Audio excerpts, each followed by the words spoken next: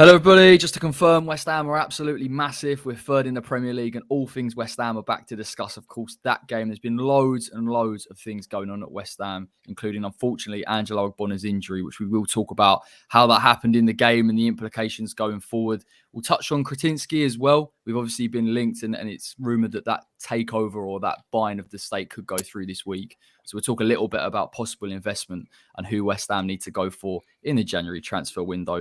I'll come to Dennis first and foremost. Dennis, how have you been? It's a lovely time to be a West Ham fan at the minute. It is. I'm still drinking the tears of Liverpool fans. It's I love it when Liverpool lose. Not even a minute they in. cannot take it. They cannot take it. It is brilliant. Like, honestly, I thought Jurgen Klopp was going to blame the corner flags. Apparently, like we had done some form of Rory Delap shenanigans with the corner circle or something. Just so a bit of a plug. I think by the time this goes out live, it would be out. But I do have a poll right now. Which is your favourite manager meltdown after a West Ham win? Go onto it now and vote if it's still live when this goes out. But yeah, absolutely massive, absolutely brilliant. Obviously, some not so good news about Ogbonna. We'll come on to that. Yeah. But what a time to be alive! What a time to be a West Ham fan. Yeah, brilliant. Yeah, it was absolutely nuts. Obviously, Bill, we met up Devastated. after the game. I know.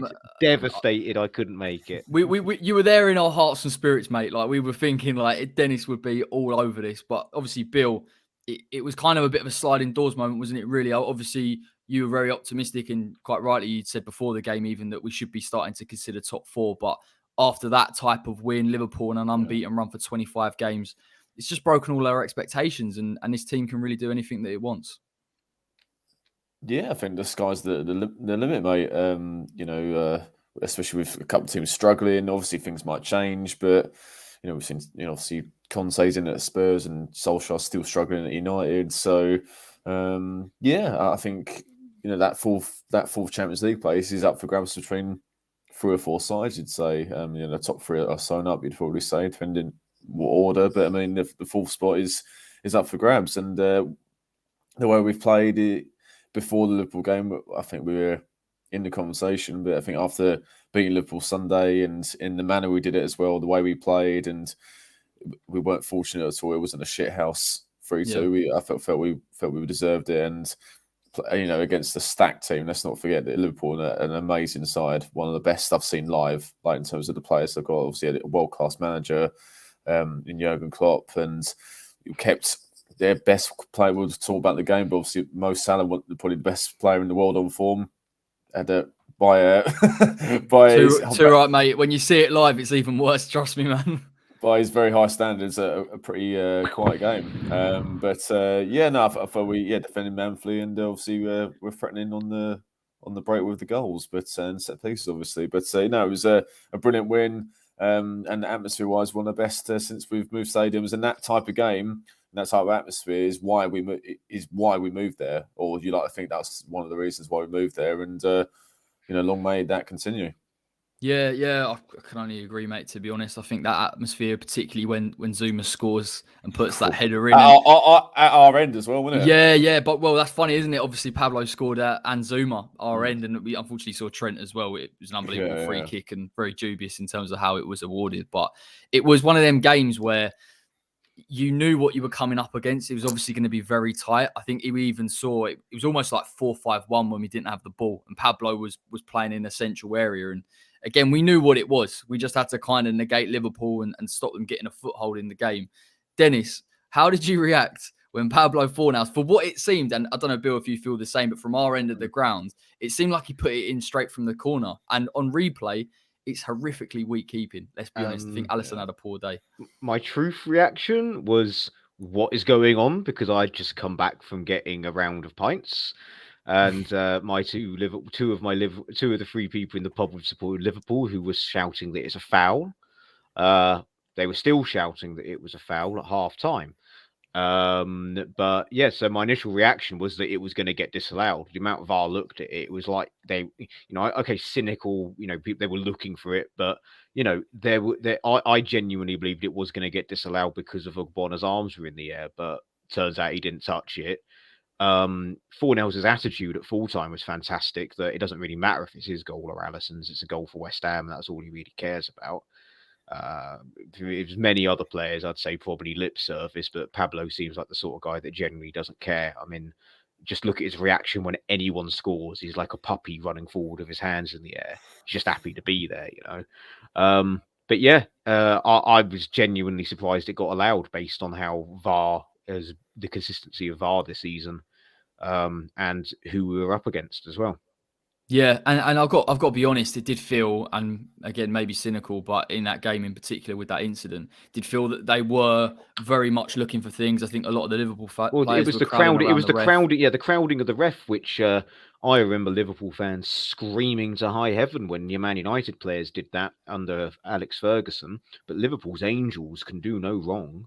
Yeah, but I thought it was spot on, Bill, in terms of how West Ham identified Liverpool's problems with set pieces. Obviously we've got the quality from both deliveries. We've seen it from Bowen and Fornals. We've seen it from Crest this season.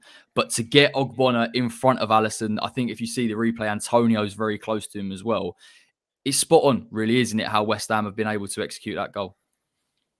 Yeah, no, you're right, and as you said, Alisson, is phenomenal keeper, but he had a shocker of a day, and yeah, should have been stronger for the goal. There was no foul there, even if I was supporting Norwich, I would have said that's no foul. So he should have done better. But we've been obviously a threat from set pieces for a while under David Moyes, and you can have all the attacking, defenders, Dawson, Diop, Ogbonna, etc. But if you haven't got the right quality, from crosses, then it doesn't beat the first man. Forget it, because you're not going to score. So it was a lovely ball by Pablo, and Antonio did his job by sticking on Alisson, and I was a bit of a surprise that there was no defender near him. So proper old school Kevin Nolan, going back to 13, 14 or whenever he was at West Ham doing that. So I think the quality was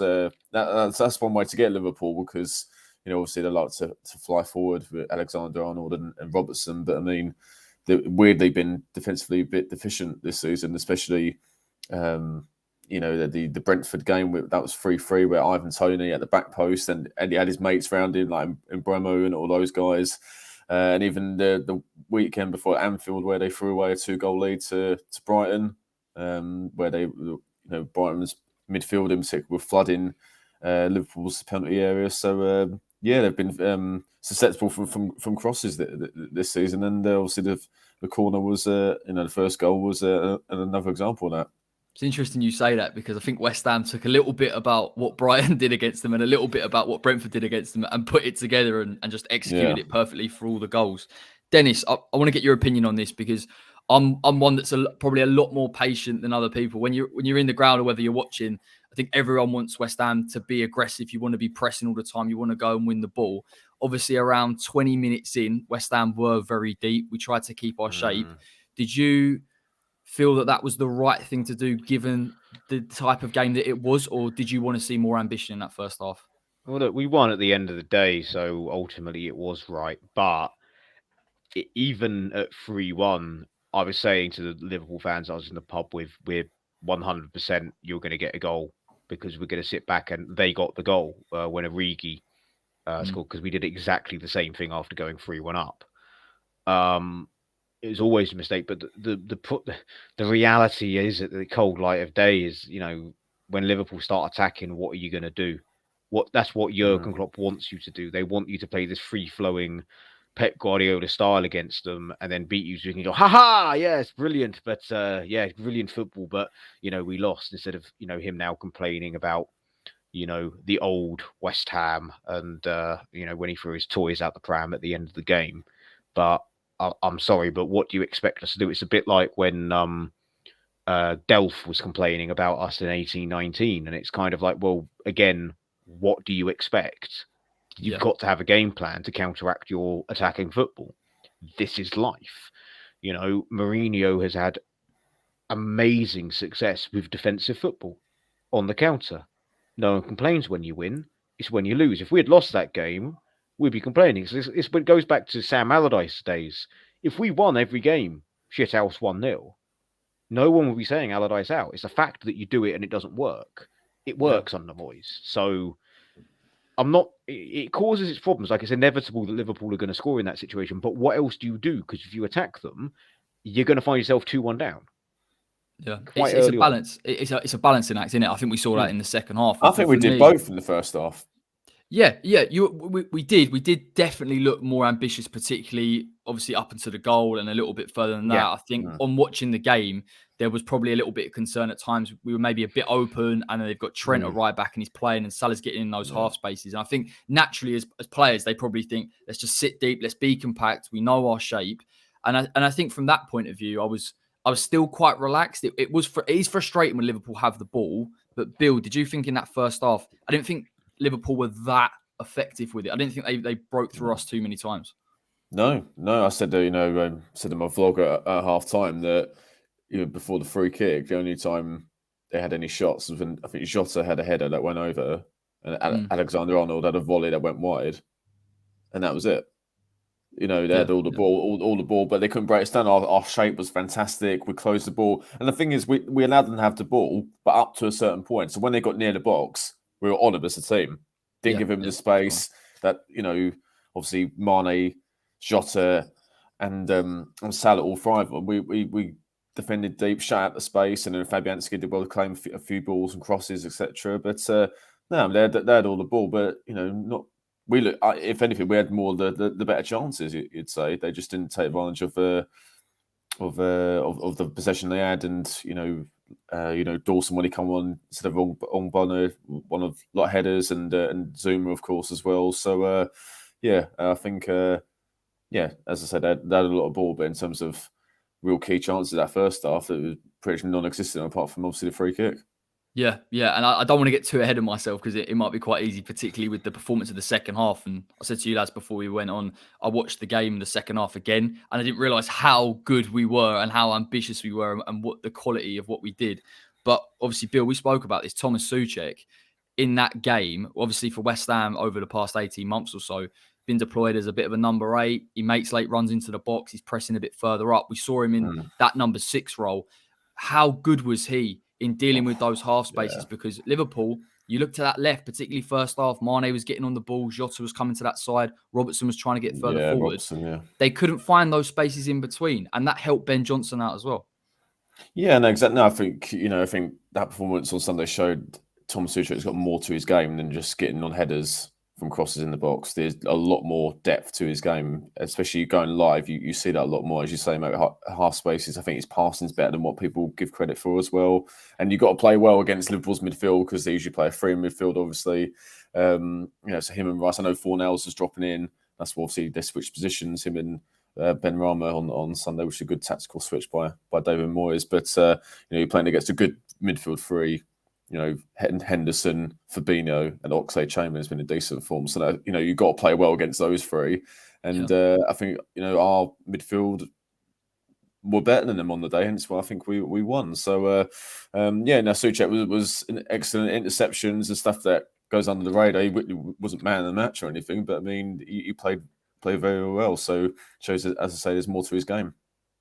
Dennis, are you ready to talk about the second half? You ready to get into it, mate? Because there was a change. There was, and Moyes obviously came out after the game and said we had to be more ambitious. I wanted us to be a bit more aggressive going forward. I think we saw a slight change in shape. Fornal was almost given a free role to pick the ball up deep and carry it. How impressive was it for you to see the likes of Bowen, Antonio, Fornals? We know we can counter as you have done, but to show the commitment to do that against Liverpool, because we know Liverpool work hard to regain the ball, but West Ham showed real ambition there. Yeah, and I mean, it showed that they were worried and acknowledged that, because as much as he's a whining, Klopp is a good manager, and he brought on Thiago to plug that gap because he could see exactly what was happening. It's fantastic. I mean, that second goal was all about, Fornell's got on the score sheet, and people talk about, TalkSport are going on about how Alisson had a bad game rather than we scored 3 goals. But it was all about Jared Bowen's run and assist and composure and keeping him on the ball. I mean, one of the things when we signed him, feedback I had from friends that watch Championship football, is that it's very hard to get him off the ball. Once he gets the ball, he genuinely keeps hold of it. from a wide position running forwards, and he did exactly that for the goal. I agree with Bill that we were so much better in midfield. I mean, when I saw Oxlade-Chamberlain starting in midfield, this is no disrespect. He's a very good footballer, but I knew that Rice was just going to completely take him out of the game. It really speaks volumes for the bias of Liverpool fans because one claimed he hadn't seen Rice all game, even though Rice was pretty much everywhere. So yeah, it not just shocked shows, to be honest. not a shock. This is the same guy that claims that Rice is worth £40 million and stuff like that. It just keeps going on and on and on about the time that Alan St. Maxim turned it inside out. Like that's the only thing he talks about when he talks about Declan Rice. But yeah, we were hungrier for the ball. We attacked more. I mean, we definitely had something was definitely said and done at half time. Yeah. Part of me, I refuse to believe that the plan always was, sit back first half. We'll get him in the second half. I think that was a reactionary change to Liverpool getting back into the game. Yeah. If they don't score that equaliser, I'm not 100% sure we come out second half fighting like that. I think we would then react to that if we'd conceded. And one other quick thing I'd like to say was at how hilarious it was. You weren't at the game, but I was listening to it in the pub. Jamie Carragher kept calling everyone Fornells. It was pretty hilarious. Bowen was Fornells. He was everywhere, to be fair. But he was going on about Fornells' ball for the assist for Fornells' goal, and I was like, that's Bowen.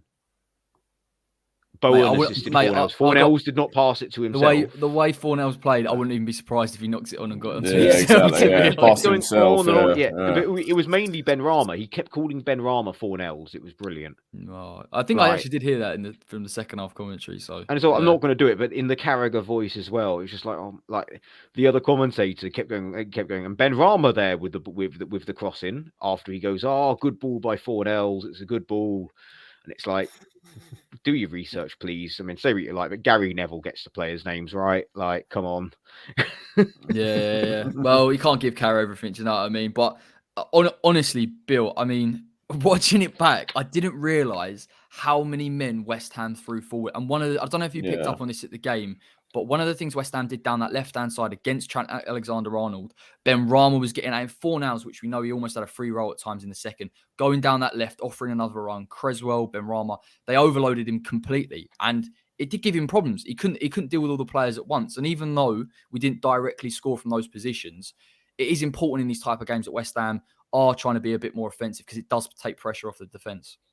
Yeah, definitely. And, it's one thing saying, let's attack a team, let's attack a strong team or title challenging team, but you've got to have belief. The players have got to have belief. And obviously, with how we played this season and last season, we've got that belief against anyone. And we've proven that now. So, and as I said, Brighton and Brentford threw bodies forward and were rewarded, and we did the same. And that's where obviously Fornells' goal will come from. Obviously, as you lads have said, Bowen was absolutely sensational. It was stuck to his foot, the ball, wasn't it? Like, took on a couple of players, but the timing of the ball was perfect, obviously. But the weight of it as well, where also Fornells could just run onto it and then take a shot straight away. So that was a really, really good goal. And I think I would just quickly actually the equaliser, Alexander-Arnold's goal. I mean, I've heard a few people Twitter typical. I was on West Ham United, our mates at West Ham United, and a couple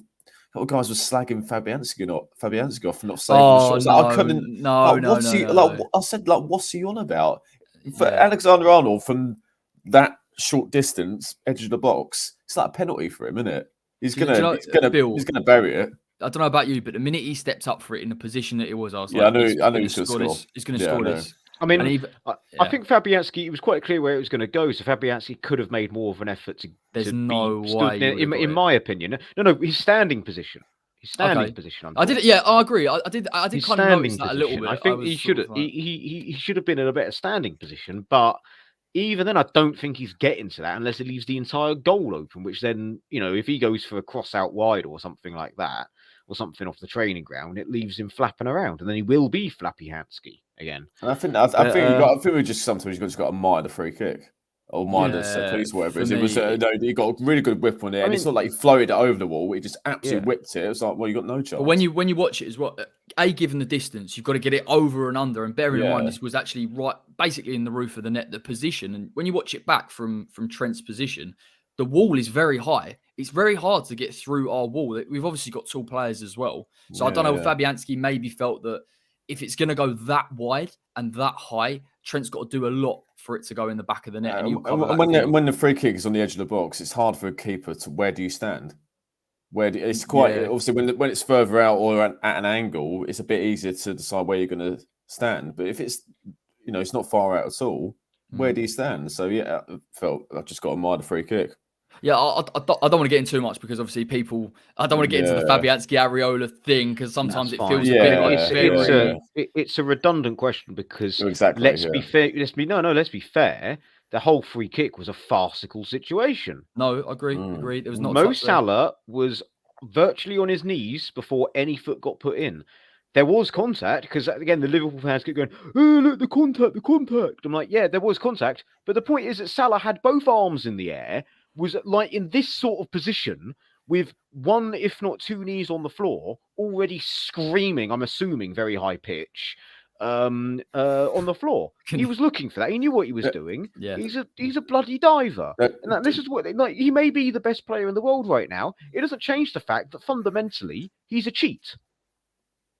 But mate, in all honesty, like in that game as well, I've said this before. I'm at Manchester United at home, and I don't know if any of you agree, but when we play these type of teams, the amount of leeway they get in these situations is unbelievable. And you said about the VAR for our goal. It did feel at the time they were actively looking for something. It didn't feel like a foul at that end. I know it seems a bit biased being a West Ham fan channel, but that was kind of the theme throughout the game. You see Jota with the elbow on Ogbonna. It doesn't get pulled up. Do we want to talk about Cresswell and what we think about that? And obviously a lot of the media have said that it should have been a red card. I probably couldn't disagree more, but Bill, what are your thoughts on that? Yeah, I think it's one of them challenges 20 years ago. No one bats an eyelid, game on, play on. But now, with the tackles going out of football. But I think it's one of them where if he got sent off, seeing the replay, I think I could see a ref giving that. I wouldn't.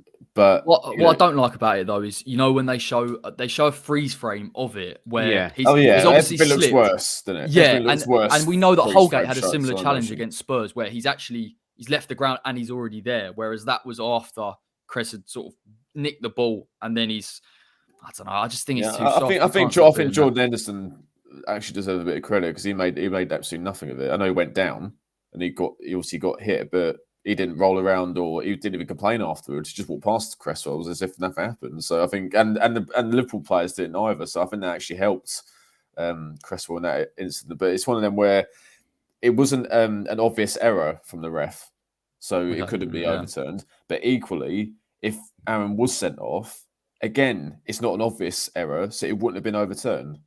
Do you know what I mean? It's like umpires call, not umpires call. Like with cricket, it's like soft signal. I don't know if you guys or anyone watches into cricket, but they give soft signals, umpires for like low catches or dodgy decisions, like down the leg side and stuff, or run-outs or whatever. The umpires give a soft signal and it's checked by the third umpire. So I think, it was one of them. I think, but I think live it didn't look it. It didn't look freaky, but everything, as I say, everything on slow-mo replays, freeze frames, it looks worse than what it was. But I think, I don't think it was sending off now. Dennis, I'm just drinking in the tears. But would you seriously? I want to know your opinion on it because we've seen a lot of tackles like this recently where you nick the ball and then they're constantly talking about the follow through. It wasn't really. Cresswell hasn't gone in with both feet. He has gone in with one foot. He slipped on the ball and then his legs come round as well. Now, the only thing that I could argue, and you could argue is a yellow, right, is the fact that his leg, when he wins the ball, is kind of on the shin of Jordan Henderson. But I don't think it's what they're saying. It wasn't even a free kick. It wasn't even the free kick wasn't even given in the end. We kicked it out and they played on. Yeah. Well, it wasn't even given in the end after VAR looked at it. But it is one of those ones where if I'm being very honest and stop laughing at Liverpool fans crying. I'll do it one more last time. but if it happened to us, we would probably be calling for a red card. Yeah, I think it's one of them. I think if it happened to us, we would be calling for a red card. I've tried to put myself in that mindset, but I'm hoping I've got more integrity. But I don't know if I see someone in claret and blue. I think we would have. I'll be calling for it, but I just don't. At the time, we would have been saying that's a red card, in my opinion, if it happened against us. It's one of those where it's your team that's up against it. But for me, the reason why I have no sympathy with Liverpool is the fact that they don't even acknowledge the elbow to the face of Angelo Ogbonna. They don't even acknowledge it. Yeah. I've even called them out on Twitter about it. When Liverpool fans have been in my mentions going on about, the red card, I've replied about the elbow from Jota, and one blocked me after I brought it up, standard, and others have just refused to acknowledge it. Or just go, oh, well, happened, but yeah, you should have been down to 9 men. Okay, why should we have been down to 9 men? Then there's no answer to that. So Liverpool fans on Twitter have been deliciously tragic last couple of days. I try. Do you know what? No, mate. To be fair, I have seen it's not. There's never like an open, honest conversation about it. It does feel like Liverpool think we should have had someone sent off, and everyone else doesn't think that. It's kind of a bit. It's in Liverpool fans' DNA. They cannot take defeat. They've never been able to take defeat. It is always somebody else's fault or something else. Or end of the day, it's the owners or the manager. Bit ironic with us going about owners, but it's always, no. My point is that like when Rodgers, it was terrible in the 14-15 season. It was the recruitment in summer wasn't good. Bit of merit to that, but it was never the fact that the other team was better. No, never, because they have a divine right to be the greatest team to have ever existed. The unbearables, as they like to call themselves, when they thought they were going to go the league undefeated. Let it out, Dennis. Let it out. Like I said, Liverpool fans don't hold hate in your heart. Almost as much as Spurs fans. Like, it is close. Really, for you that bad? Okay. Yeah, but it's the amount of Liverpool fans I know, mate. I went to University of Chester, so they're just full of Liverpool fans. Not all of them. There are plenty that are sound, but the ones that are not sound are horrific. Yeah, I'm kind of leaning a little bit. I did have someone try and convince me that Fornells was offside for the second goal. Okay, moving on. Let's talk about Jarrod Bowen and the quality of Jarrod, because do you know what? It's a sketchy thing with me and refereeing and rules. Again, I'm not sure they really know what they are, and to be fair, at this point, I'm kind of just guessing. But we'll talk about the football because that is something that we do know. I really, again, West Ham are fantastic from set pieces. In terms of that overload in the box, it was brilliant, and I know people have spoken about Alisson not being strong enough.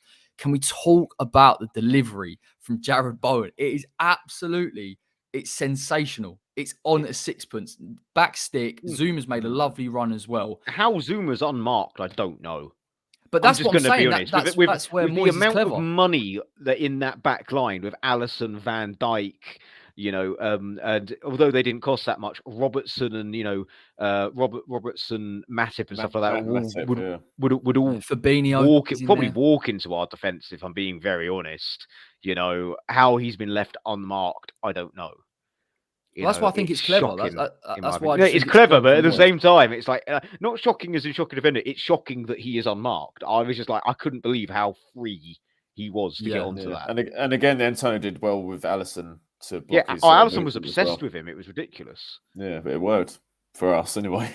Yeah, would not stop shoving him. Would not stop pushing him. But as you say, Corey, brilliant delivery, and obviously, you got to make the space Zuma, and obviously composure and stuck it in the net for his first goal.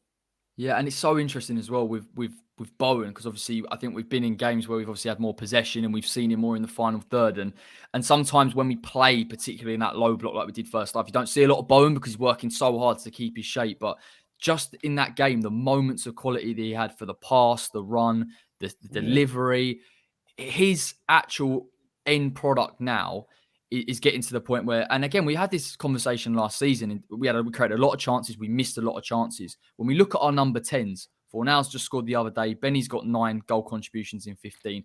Bowen is seriously consistent. Future's looking bright, lads. Future's looking bright for them a lot. Yeah, I mean, I maintain if Bowen was just that, I was actually talking about it on Saturday night in Top Golf with a mate of mine, Luke. If Bowen had half a yard of pace, he would be one of the top wingers in the country and playing for a genuine massive team, a Man United, a Liverpool, maybe even a bloody Chelsea. They don't really be in use England wingers that squad. much. It'd be in the England squad hands down. yeah. It'd be our starting right side player. If you had a little bit quicker, because that's the only thing that lets him down is, although he's quick, he's not as rapid as someone he's not. and the modern day needs to be. And that is the one thing that he doesn't quite have that others might. I am still completely shocked that Bowen is not in the England squad. Although we're not here to talk about England and non-West Ham players, there are quite a few players I'm shocked that are not in the squad. And it's a shame to see that players are being picked for who they play for once again. But yeah, he's been brilliant. He's top form. He just keeps getting better and better. We were talking about it was just last week we were saying the same thing. Yeah, I know. And then he puts in a performance even better, on Sunday against Liverpool. And now we've got the international break, and I just hope he puts his feet up and stretches his calves off, ready to get moving again when we play whoever it is we play next. Wolves. That is a bit. To be fair, I was thinking that earlier. I was thinking your West Ham brain goes, I'd love him to play for England. He deserves a chance. We've seen Smith Rowe get called up, but at the same time, you're like 2 weeks off. Put your feet up, rest. We need you. But on that point, and I think we see it with Mickey as well. And I know Mickey had a poor game yesterday. To be honest, when he got man of the match, I was quite shocked. I was like, he got man of the match. Yeah. I didn't even know that. No, I don't know about Sky, but the sponsors. No, Sky gave it to Trent. Right. Okay. Yeah. So golden. The announcer at the game said, the announcer said, it was the sponsors man of the match, and it was like a hush around. It was like around the stadium, wasn't there, Corey? It was. It was a sort of a raised eyebrow moment. I thought we love Mickey. I thought I disagree that he had a poor game. I thought he played okay, but just other people played. But he made a lot of unselfish runs. Kept Van Dijk and Matip occupied. They didn't know what to do with him. Yeah, I think obviously didn't get the score sheet or anything, but yeah, I think he played absolutely fine. It wasn't quite man of the match worthy, like the sponsors man of the match. Don't know what game they were watching. But we just had other players play better than him. So between Fornells and Zuma for me personally. Yeah, spot on. I think Creswell played well. There's so many to be honest, but shows how well. Shows how we were played. We don't know who to pick. And it's good you said that, Bill, because people will be going, you're digging out Mickey. But obviously we've seen Mickey out, and Mickey sometimes this season hasn't been at full flight or he's not been at top form. But the run he makes as well for Fornells' goal might go unnoticed. Again, you say, occupying Van Dijk. So we talk about Bowen moments, Fornells moments, although Fornells had a fantastic all-round game. We just have now these players that are active for the full 90 and their moment of quality. And that's what I want to talk about in terms of this game. I don't want it to be, West Ham, it was just a pure counter-attacking. We had a fantastic defence and fair play. Those are all things. We actually had the quality of the pass, the quality of the runs. We deserved it. We really did. I know we held on at the end and Dennis said earlier we were too deep and I agree with that, but we deserved the win. We were good value for it. Yeah, exactly. And it shows, with contributions from the attacking players, the number 10s and, the defence, the goals are all over the pitch, aren't they? And it shows we're not a one-man team. Good contributions. Goals and assists are coming from all over the shop. So, which has obviously been a key factor in how well we've done not only this season but last season as well. So we're not relying on that 25-goal man. If he gets injured, or what's going to happen? How come? You see it all the time with, you look at Villa. I know, look at Grealish. I've bought some good players in, but obviously Dean Smith has been sacked, and they've lost their talisman. Whereas we've got a few talisman, as it were. We're not relying on one special person. So it shows with the performances and also the results as well that we don't rely on one person. Yeah, and I'm going to try and sort of get that segment away and talk about Angelo. And in terms of, because obviously someone came on yesterday, Craig Dawson, and we talk about people coming in and fitting into systems and almost seamlessly working. Even. Sunday and Monday blended into one for me, to be honest. This story will be out after the Wolves game, and we'll just get lucky that Dawson comes on in the Wolves game as well, or something like that. But to your point, obviously Angelo did get injured very early. I think it was 15 minutes. Am I right? Maybe earlier than that. I'm not sure. Well, he did his knee trying to potentially, I don't even know what it was. I can't remember. It's like it was some form of half clearance from a Salah run or No, he was running towards the goal, and then he's obviously jarred. Yeah. I think I saw it. He's jarred it. Yeah. He's planted his foot, and then it looked pretty bad when he was down. Where like he got smashed in the face, and then that's what everyone said he got taken off for. And it turns out, oh yeah, he also did his ACL, but he would have been off the pitch anyway because he needed stitches. But obviously, Craig Dawson did come on, and he played very well, and he fitted in. Yeah. How are we looking at this, lads, in terms of who is the person, the centre back that you want in there? Because on social media, I'd be interested to know everyone's comments and put it in the comment section, of course, who you'd like to see in there. I think just to give some context, there's an argument that do you look at Issa Diop again, the chemistry that he's got with Zuma, they play well in Zagreb, maybe a long-term partnership, or do you look at Craig Dawson, a player that's probably a little bit more stable, performed well recently? Dennis, because we've had a history with Craig Dawson, so I want to know your thoughts. Well, the issue isn't quite this straightforward. You see, we need a left-sided centre-back. You've just listed off 2 right-sided centre-backs, and Zuma is a right-sided centre-back.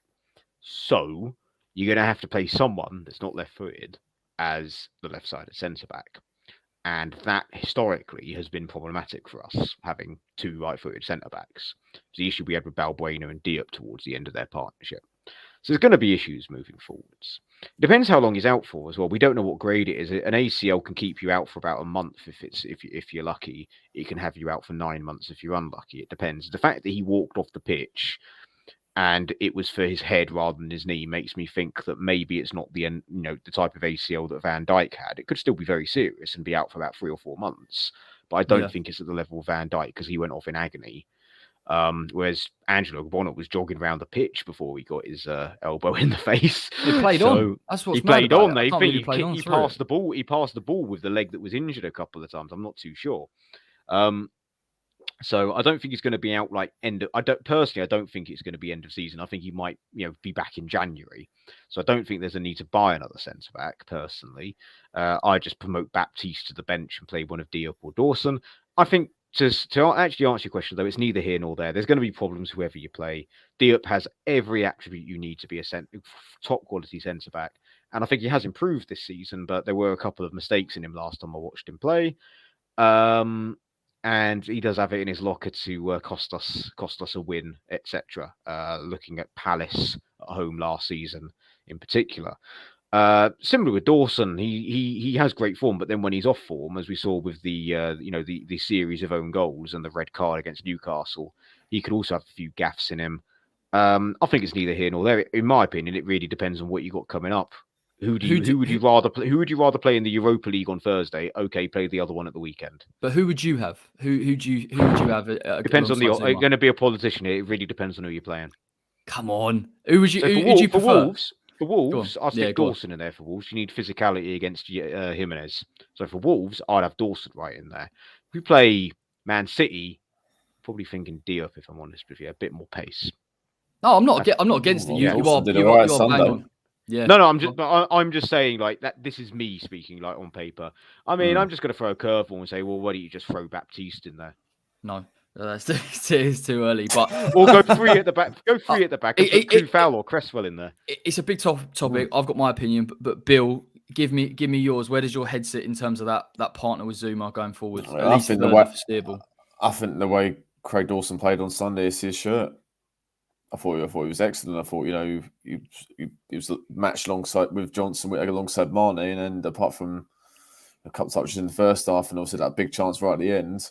I thought Dawson was magnificent against one of the best inside forwards wingers in the world. So in Mane, so I think it's Dawson's shirt. I think Dennis is right. I think Diop has been much improved this season. I think he's starting to get back to how he was at the start of Pellegrini's reign, the 18-19 season, when he was absolute machine at the start of that season. But against Genk, couple of mistakes. Hopefully that's not a sign of things to come where it's back how he was playing last couple of seasons, hence why he was dropped. So, but no, I think that it's 2 decent options to have. Obviously, I think Zuma did very well on the left, so I've got no qualms with him. I think he's decent with his left foot, so I've got no qualms with him playing on the left. And then yeah, I think it's Dawson's shirt with how well he played on Sunday. We'll go from there.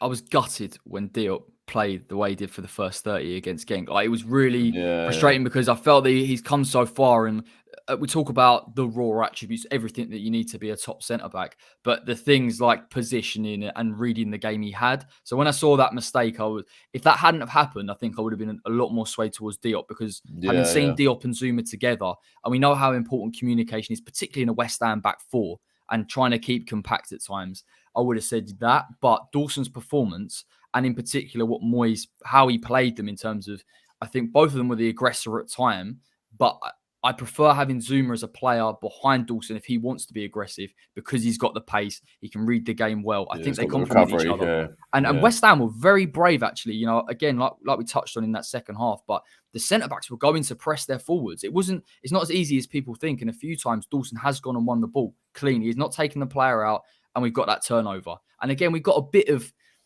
a buffer zone when you've got Declan Rice and Thomas Souček as your defensive midfielders in front. Especially with Johnson with his recovery pace. So you got if Dawson plays, you got Zuma and Johnson to help him if Dawson wants to go out and be a stopper, as it were, and win the headers and charge out, like how Yap Stam used to do back in the day, just absolutely, or David Luiz or whatever to a lesser extent. Do you know what I mean? So but look, I think Dawson and Diop have played fine this season. Both played well. So whoever plays, I've got no qualms with. But we're going to see him, aren't we? Bill? We're going to see him loads, aren't we? Really, December's going to be the one. They'll probably be playing every other game with the amount of fixtures we've got. Exactly, and it shows like the depth we've got in the centre back area. I mean, if we're going to have an injury, and which we're never really going to have this season, centre back is one of the ones where we could deal with it. Same with right back as well.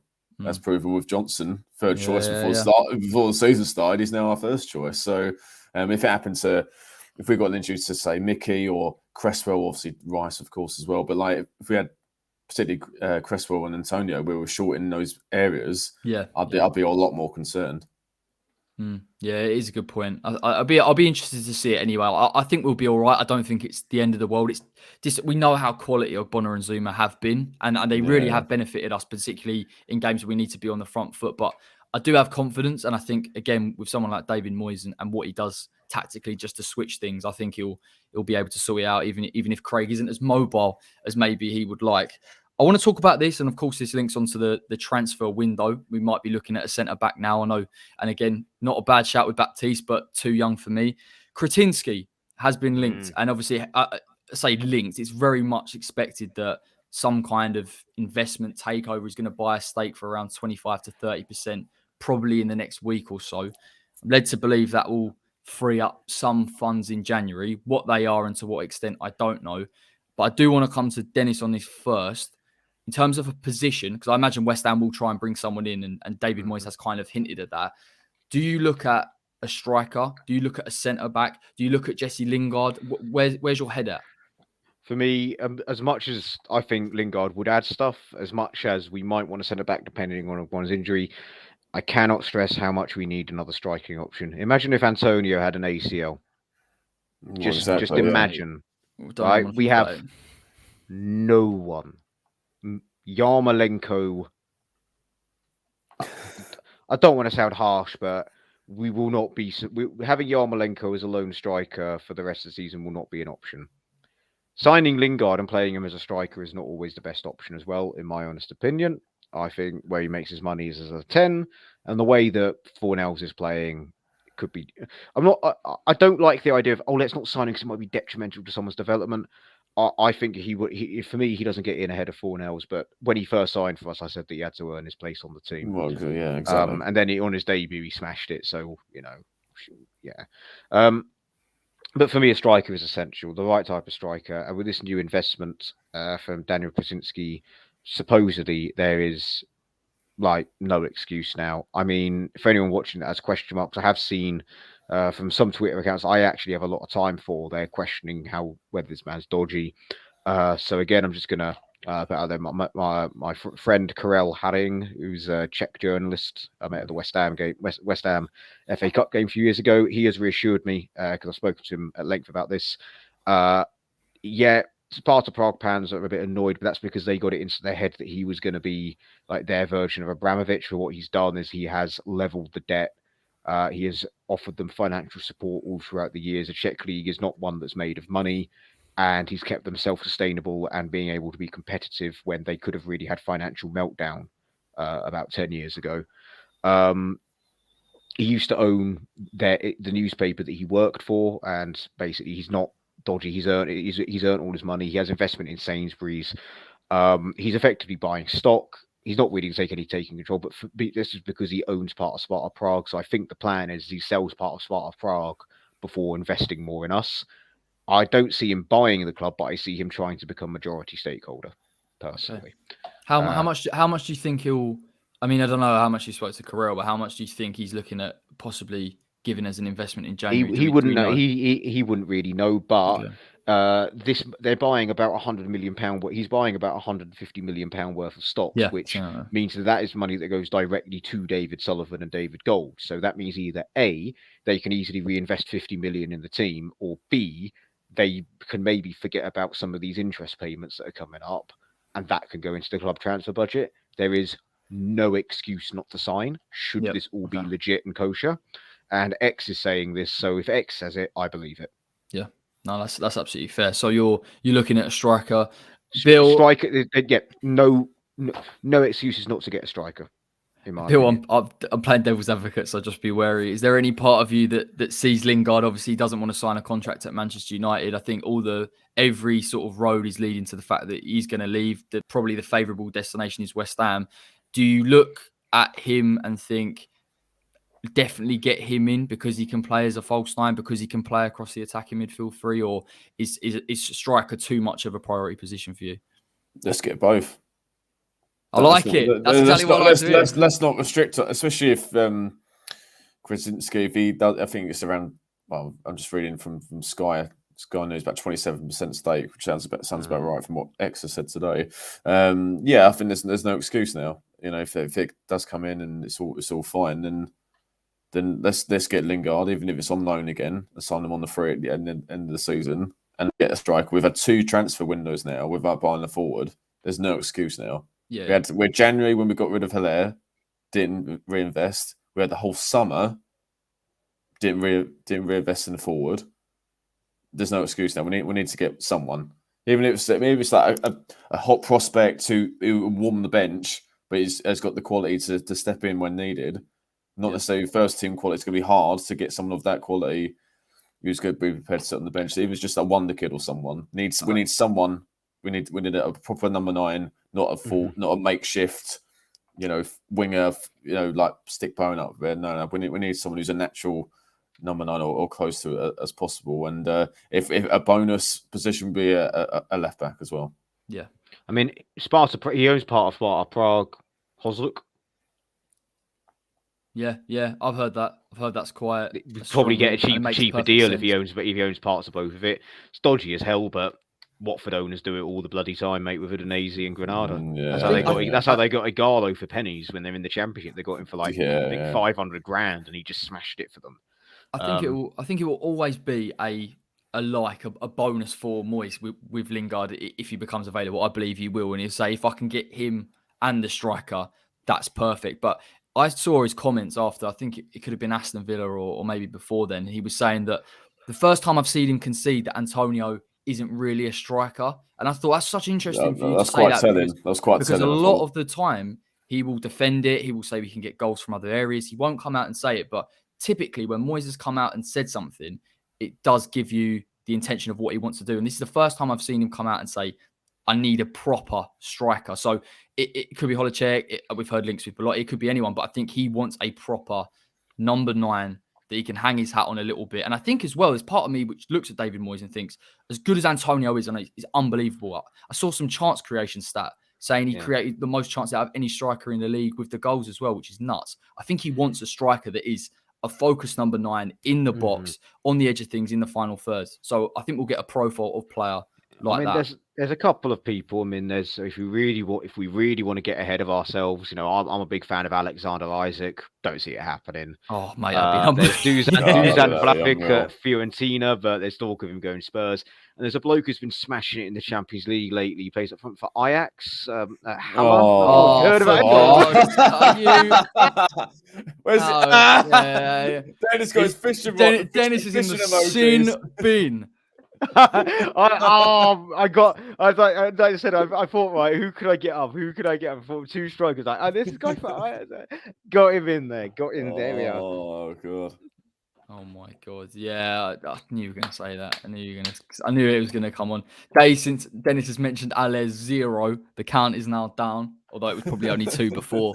But look, I mean, look, it is interesting. It is interesting. I think we will see like you say. I think we will see investment. It is a positive. I think from the dynamic of the board and even someone coming in and getting 27% is pushing it more in the right direction of course, what we want, which is GSB to leave.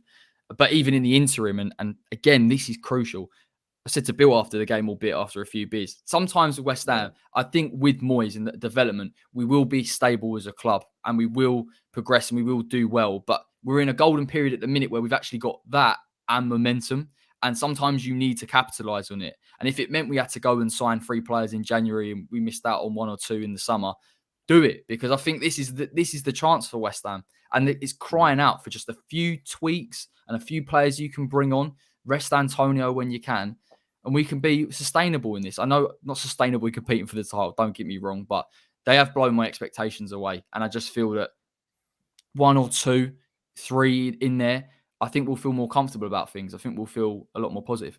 Yeah, a good goal or something need to, put the money where their mouth is, or at least show the ambition to, or it might even be Kretinsky put his money, but whatever. Because they kept banging on about we're going to get Champions League in 5 years or whatever it is. Well, hang on a minute. Now, you've got a chance here, boys. You've got a chance. Not because look, he rehired Moyes, but you've struck lucky, right? And obviously the manager's coaching staff deserve all the credit. You've get a tiny bit of credit, but now's your chance to actually deliver what you said and why we moved to London Stadium. Yes, you said about Champions League. Well, we're not going to get a better chance. You'd have to say. Not just that. Moyes has earned the right, isn't he? Let's be honest. Well, yeah, exactly. Yeah, and that give him the funds and let him go and try it. Or even if we just fall short, well, at least give him the tools because we fell short. I think we possibly could have reached Champions League last season, but that again, letting Haller go, not reinvesting, I think in the end cost us a couple of wins. Yeah, I agree. I mean, lads, I want to wrap it up here. I've really enjoyed this. This has been quite therapeutic, despite winning. I do like going over and churning things over, and obviously a lot has happened, and it always does with West Ham. Hence why we want to do this show every week. Any other business, lads? Is there anything you want to get out there? Plug your channels, or plug your opinions, or your social media handles, or anything before we go? I'll plug for Movember. Oh yeah. It's coming along quite nicely. This is after 8 days, so just imagine what it's going to look like after 28. I will put we'll put it in my Twitter. You can see my handle down. Well, where am I? There we are. Yeah. Down here, and it will be in my profile and things like that. I actually hit and surpassed my target last year for the first time. It's a fantastic cause. Goes towards men's mental health and prostate cancer awareness, and donate as much or as little as you can. Generously. Make sure you get to write a funny little message as you donate as well, so you can take the piss out of me as well. Oh, you even more so now. I might ask. Anyway. I'll ask Sebastian Haller if he can chip in. I mean, I got a text saying that if I get £150 by Thursday, I get a free pair of socks, but I don't think I'm getting £150 by Thursday. No, the target is we've got to get £150 for Dennis by Thursday. I want it. When will this video be going out? Tomorrow morning, which is Wednesday. Which is a bit throwing you lot off because you don't know when I've recorded it. Yeah, if it's going out on Friday, that might be a problem. No. Wednesday, we'll get it out. We'll get the link out. We'll get everyone to retweet it and check it out. And hopefully we can get you a pair of free socks. Bill? You can buy them for it. Yeah. They might be nice socks. Bill, final thoughts, mate. West Ham, we are massive. everywhere we no, go. no more needs to be said. And if you you want to see the more sort of crowd reactions and stuff for the goals and stuff, have a look at Garage Football, my channel. I vlogged the Liverpool game, and you'll see most of the goal. I actually got lucky. We managed to capture most of the goals, so you see our epic reactions, particularly when Zuma's goal went in. Bill's basically match of the day, so I'll check it out. It's with a better view, to be honest. Get a bit of fan perspective in there as well. Yeah, check out Garage Football. Check out Dennis is obviously doing his Movember.